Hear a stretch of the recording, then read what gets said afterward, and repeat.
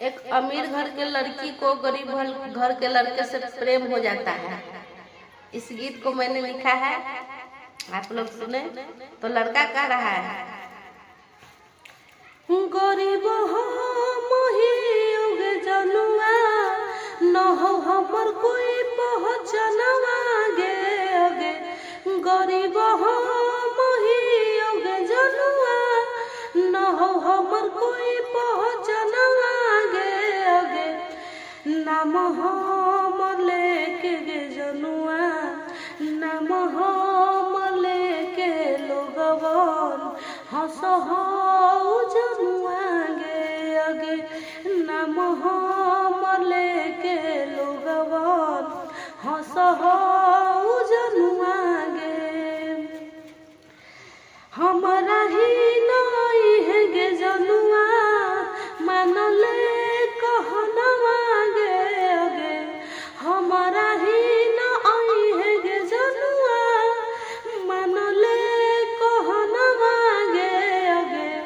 फटली लुगरिया में रहमी, न मिलतौ सम्मनवा गे अगे। फटली लुगरिया में रहमी, न मिलतौ सम्मनवा गे।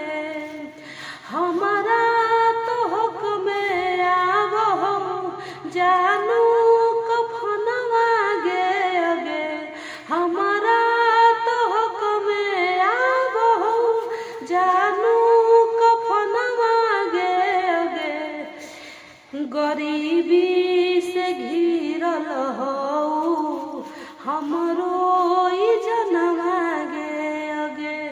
आफत में फसल हऊ हमरो परनवा गे अगे। आफत में फसल हऊ हमरो परनवा गे। गरीब हो मोहियोगे जनुआ, न हो हमर कोई पहचानवा गे अगे। गरीब हो मोहियोगे जनुआ, न हो हमर कोई पहचानवा गे अगे। नाम हम लेके लोगवन हंस जनुआ गे अगे। नाम हम लेके लोगवन हंस